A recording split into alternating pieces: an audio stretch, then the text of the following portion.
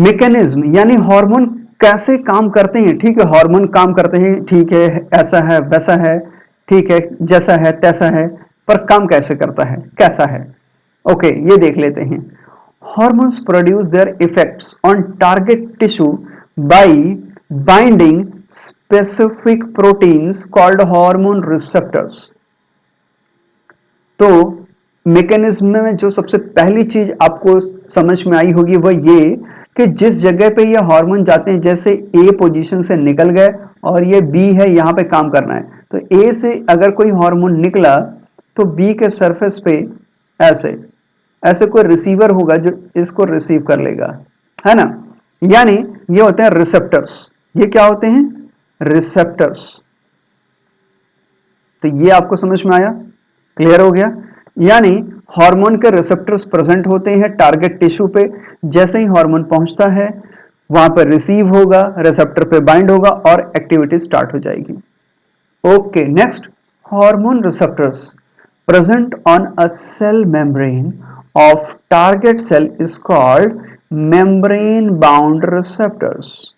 These are called membrane bound receptors and the receptors present inside the target cell, अंदर की ओर अगर होगा, देखो सर अभी ये सेल है ना, सरफेस पे प्रेजेंट है ऊपर की ओर, है ना, तो ये हो गया मेम्ब्रेन बाउंड। और अगर ये न्यूक्लियस है, यहां न्यूक्लियस के पास अगर कोई रिसेप्टर है तो इसको हम कहेंगे क्या?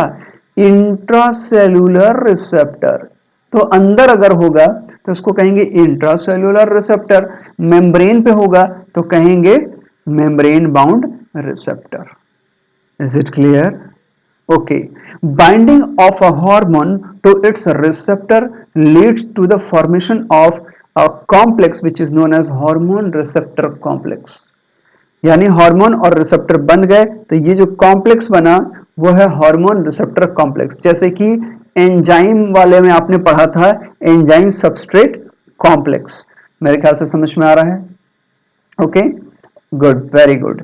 Now each receptor is specific to one hormone only, है ना, and hence receptor are very very specific, बहुत ज्यादा स्पेसिफिक होते हैं।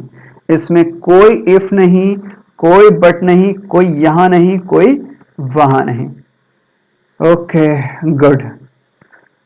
तो यहां तक की कहानी बच्चों क्लियर हो गई, कोई आफत नहीं ना? आगे बढ़ते हैं। Hormone receptor complex formation leads to certain biochemical changes in the target tissue metabolism and hence physiological function are regulated by the particular hormones. Is it clear? Okay Amisha बेटा, good. Now 4 कैटेगरीज की जो मैं बात कर रहा था, आप देख रहे थे ना हार्मोन कभी पेप्टाइड होता था, कभी स्टेरॉइड होता था, कभी कुछ होता था। तो 4 तरह के केमिकल नेचर के हिसाब से हार्मोन्स 4 ग्रुप्स में डिवाइड किए जा सकते हैं। किस बेसिस पे बेटा? केमिकल नेचर के बेसिस में। पहला कि वो पेप्टाइड हो सकते हैं, पॉलीपेप्टाइड या प्रोटीन हो सकते हैं, कुल मिला के प्रोटीन वाले, है ना।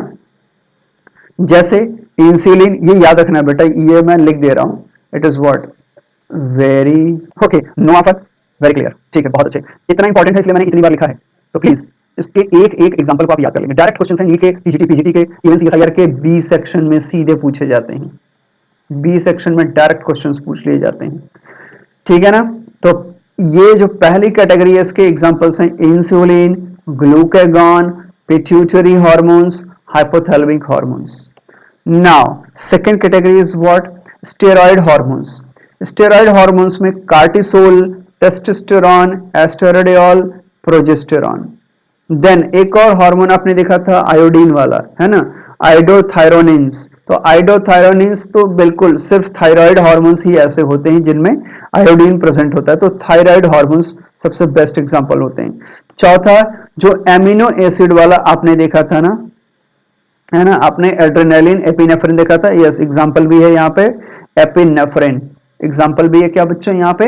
एपिनेफ्रिन है। तो ये चारों याद कर लेंगे, बहुत सिंपल सा है। अब आइए हम पर्टिकुलर जो मैकेनिज्म है उसको देख लेते हैं कि कैसे कोई हार्मोन अपना सिग्नल पहुंचाता है सेल को, है ना। ये पहला तरीका है जब सरफेस पे बाइंड होके सिग्नल पहुंचा दे। है ना, this is the first way, ये पहला तरीका है जब सरफेस पे बाइंड हो और सिग्नल को आगे पहुंचा दे, है ना। क्रिस्टल क्लियर है तनु? ओके प्रियांशी, ओके हमेशा, बिल्कुल सबको क्लियर है, गुड, वेरी गुड बच्चों, बहुत बहुत अच्छे। Now hormones which interact with the membrane bound receptor do not enter the target cell। तो नॉर्मली वो टारगेट सेल के अंदर नहीं, ऐसे हार्मोन जो मेम्ब्रेन पे अटैच होते हैं वो अंदर नहीं जाते हैं, तो उनको रिसीव करने वाले रिसेप्टर्स प्रेजेंट होते हैं मेम्ब्रेन पे। क्या होते हैं? रिसेप्टर होते हैं। अब जब वो रिसीव होते हैं तो कुछ ना कुछ रिस्पॉन्स पैदा करते हैं, या आप कह सकते हैं कि अब वो खुद तो प्राइमरी मैसेंजर हैं, पहला मैसेज उनके पास है, बदले में वो एक और मैसेज पहुंचाते हैं, है ना। जैसे कि आप किसी स्कूल के गेट पे गए, लेकिन वहां पे कोई खड़ा था, उसने कहा भाई अंदर नहीं जा सकते आप, तो आपने कहा देखो यार मेरे पास इंफॉर्मेशन है, आप प्रिंसिपल सर को ये इंफॉर्मेशन मेरी पहुंचा दो, उनसे बोलो कि मैं आया हूं। तो वो जो गेट पे खड़ा आदमी है वो अब आपका मैसेज लेके जाएगा, तो आप हो गए प्राइमरी मैसेंजर, और जो गेट पे खड़ा गेट कीपर था जो अब आपका मैसेज लेके प्रिंसिपल ऑफिस तक जा रहा है वो है सेकेंडरी मैसेंजर, है ना। तो ऐसी कंडीशन में, ये जो पहला कंडीशन आप मैकेनिज्म देख रहे हो, ऐसी कंडीशन में क्या होता है, हमेशा एक सेकेंडरी मैसेंजर बन के आता है ना। तो सेल के अंदर ना जाते हुए सेल के सरफेस पे बाइंड होकर के एक सेकंड मैसेंजर को जनरेट कर देते हैं, और वो नॉर्मली साइक्लिक एएमपी, या आज सवेरे आप देख रहे थे साइक्लिक जीएमपी, है ना, जो कि आपके आंखों के रेटिना में डेवलप होता है, IP3, कैल्शियम आयंस, इस तरह से खूब ढेर सारे सेकेंडरी रिसेप्टर्स होते हैं, है ना, जिनको की बनाया जाता है। Now which in turn regulate the cellular metabolism, जो अब आप करने आए थे, क्योंकि आप तो अंदर जा नहीं पा रहे हो, तो अब जो सेकंड मैसेंजर है वो आपका काम कर देगा, यानी वो आपकी इंफॉर्मेशन आगे बढ़ा देगा। Now see here that this is what primary messenger, ये कौन है? प्राइमरी मैसेंजर, जिसके पास शुरू शुरू में सारी इंफॉर्मेशन है, यानी हार्मोन। अब ये हार्मोन मान लीजिए कि FSH है, अब सरफेस पे आया और इसका रिसेप्टर ऑलरेडी यहां प्रेजेंट था जिसने इसको रिसीव किया, बदले में रिस्पॉन्स हो गया, तो यहां पे क्या होगा, एक सेकेंडरी मैसेंजर का जेनरेशन होगा। किसका जेनरेशन होगा? सेकेंडरी मैसेंजर का जेनरेशन होगा, generation of the second messenger, and this is what cyclic AMP। Normally जो यहाँ पे बनेगा वो होगा CAMP, that is cyclic AMP, इस या कैल्शियम आयन भी यहाँ पे बन सकते हैं, जो बायोकेमिकल रिस्पॉन्स करेंगे और फिजियोलॉजिकल चेंजेस को ले आएंगे। अब फिजियोलॉजिकल चेंजेस में, क्योंकि यहाँ पे हम फॉलिकल स्टिमुलेटिंग हार्मोन को मान रहे हैं, तो यहाँ पे ओवेरियन ग्रोथ को रेगुलेट करेंगे। यानी आपने देखा कि इस हार्मोन ने डायरेक्टली अंदर आके काम नहीं किया, ये आया सरफेस पे, वो उसके पास कुछ मैसेज था, रिसेप्टर से बाइंड हुआ, उसने रिसेप्टर को अपनी मैसेज बता दिया, तो बदले में क्या हो गया कि एक सेकंड मैसेंजर का डेवलपमेंट हुआ, और फिर उसने फर्स्ट मैसेंजर का बचा हुआ काम कंप्लीट कर दिया। ये समझ में आ गया? ये मैकेनिज्म है बच्चों, ये कॉन्सेप्ट वाली बात है, इसमें कुछ रटने वाली चीज नहीं है, बस आपको नाम पढ़ने हैं, नाम याद रखने पड़ेंगे, बाकी सब कुछ आपको कॉन्सेप्ट क्लियर रखना है।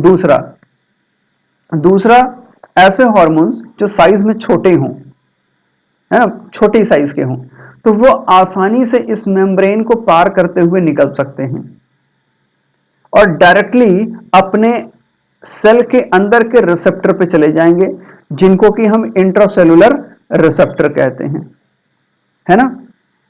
ओके, तो अब ये दूसरा मैकेनिज्म है दूसरे तरीके से। Some hormones which interact with the intracellular receptor like steroid hormones, iodothyronines, है ना।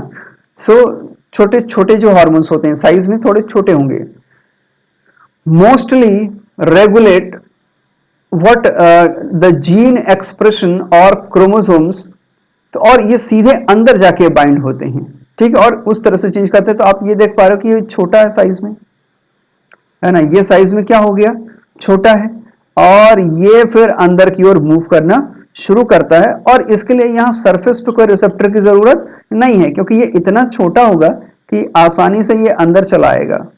बड़ा मॉलिक्यूल नहीं होगा, छोटा मॉलिक्यूल होगा। और क्योंकि ये जो मेम्ब्रेन है ये क्या है, आप कह सकते हैं लिपिड की बनी है या बाइलिपिड कह सकते हैं, है ना, बाइलिपिड है। तो जो छोटे मोटे लिपिड या स्टेरॉइड्स हैं वो आसानी से अंदर एंटर कर पाएंगे, वो क्या होगा, आसानी से एंटर कर पाएंगे, उनको कहीं कोई ज्यादा दिक्कत नहीं होगी। तो जब ये एंटर करते हैं तो ये फिर, क्योंकि इनका प्राइमरी रिसेप्टर यहां तो कोई है नहीं, वो डायरेक्टली न्यूक्लियस में चले जाते हैं। कहां पे, ये हमारा क्या है, न्यूक्लियस है। डायरेक्टली कहां चले आए, न्यूक्लियस में चले आए। न्यूक्लियस में आते ही ये हार्मोन रिसेप्टर कॉम्प्लेक्स बनाएंगे और फिर ये अपनी एक्टिविटी को कंप्लीट करेंगे, जो भी करना होगा वो मैसेज कंप्लीट करेंगे। तो ये थे दो तरीके हार्मोन्स के। पहला ऐसा हार्मोन जो अंदर नहीं जा सकता, है ना, तो नॉर्मली आप देखते हैं कि ये जो बड़े हार्मोन्स होते हैं, है ना, जैसे आपके क्या बोलते हैं, जो पिट्यूटरी टाइप के हार्मोन्स होते हैं, है ना, ये थोड़े से कॉम्प्लेक्स साइज के होते हैं, बड़े जो साइज के होते हैं। तो जैसे FSH हो गया, है ना, ये क्या हो गया, पिट्यूटरी से आया हुआ हार्मोन है, आप कह सकते हैं। ये नॉर्मली क्या होते हैं, पेप्टाइड्स टाइप के होते हैं या प्रोटीन होते हैं, है ना। तो ये थोड़े से साइज में बड़े हैं, ठीक है प्रियांशी, मैं फिर से समझा दे रहा हूं, देख लीजिए। तो ये थोड़े से साइज में बड़े होते हैं और ये जो लेयर है ये है लिपिड की, यानी आप कह सकते हैं बाइलिपिड, है ना, बाइलिपिड लेयर है। तो इसको पास करना थोड़ा सा ये प्रॉब्लमेटिक है इसके लिए, और इतना बड़ा कोई चैनल भी नहीं प्रेजेंट है कि इसको जाने दे उस पार। तो क्या होता है कि इस केस में इसके रिसेप्टर्स प्रेजेंट होते हैं, इसके गेट पर रिसेप्टर्स होते हैं, ठीक है, अंदर नहीं जा सकता, रिसीव तो हो ही सकता है। तो रिसेप्टर्स ने इसको रिसीव किया और इसके मैसेज को फिर से कन्वर्ट कर दिया सेकेंडरी मैसेज में। अब सेकेंडरी मैसेज में कन्वर्ट किया तो बदले में इसके मैसेज को रिसीव करने के लिए कुछ मॉलिक्यूल्स भी आ गए और ये मॉलिक्यूल्स सेकेंडरी मैसेंजर कहलाए। सेकेंडरी मैसेंजर्स ने ये जो प्राइमरी हार्मोन था जो काम करना था इसको, अब उसका मैसेज नॉर्मली सेल्स को दिया और सेल्स ने फिर आगे यानी बाकी प्रोसेस कंप्लीट कर लिया। तो ये तो हो गया पहला तरीका। दूसरा तरीका, जो छोटे मॉलिक्यूल्स हैं जैसे एस्टेरोजेंस यानी स्टेरॉयड हार्मोन्स वगैरह, या जो छोटी साइज के छोटे हों, आयोडीन T3 T4 टाइप के हार्मोन्स छोटे साइज में हों, वो आसानी से इस लेयर को पार कर सकते हैं, है ना। और क्योंकि वो लिपिड नेचर के होंगे तो वो और भी आसानी से यहाँ चले आएंगे। तो यहाँ पे सरफेस प्रोटीन, सरफेस रिसेप्टर उनके लिए नहीं होगा, वो डायरेक्टली कहाँ चले आएंगे, न्यूक्लियस में। और न्यूक्लियस में आके कॉम्प्लेक्स बना लेते हैं, हार्मोन रिसेप्टर कॉम्प्लेक्स, और फिर अपनी एक्टिविटी को डायरेक्टली परफॉर्म करते हैं। तो यहाँ कोई सेकेंडरी मैसेंजर की जरूरत नहीं पड़ती है। तो इस तरह से जीन एक्सप्रेशन, जीन रेगुलेशन कैसे कंट्रोल हो रहा है, कैसे हार्मोन्स जाके अपना जीन एक्सप्रेशन को कंट्रोल करने की कोशिश कर रहे हैं, ये दो मैकेनिज्म आपको समझ में आ गई होगी। और इसी के साथ ये पूरा का पूरा चैप्टर फिनिश हो जाता है। एक एक चीज आपको अच्छे से समझ में आ गई होगी। फिर भी अगर कहीं भी कोई दिक्कत हो तो आप पूछ सकते हैं, मैं आपको रिप्लाई कर दूंगा। Thank you very much. And master of biology, आपको भी मेरे ख्याल से सब कुछ सारे आंसर मिल गए होंगे जो मैंने दिए थे। So thank you very much बच्चों, good night, God bless you, मस्त रहिए, पढ़ते रहिए, जल्दी से डॉक्टर बनिए।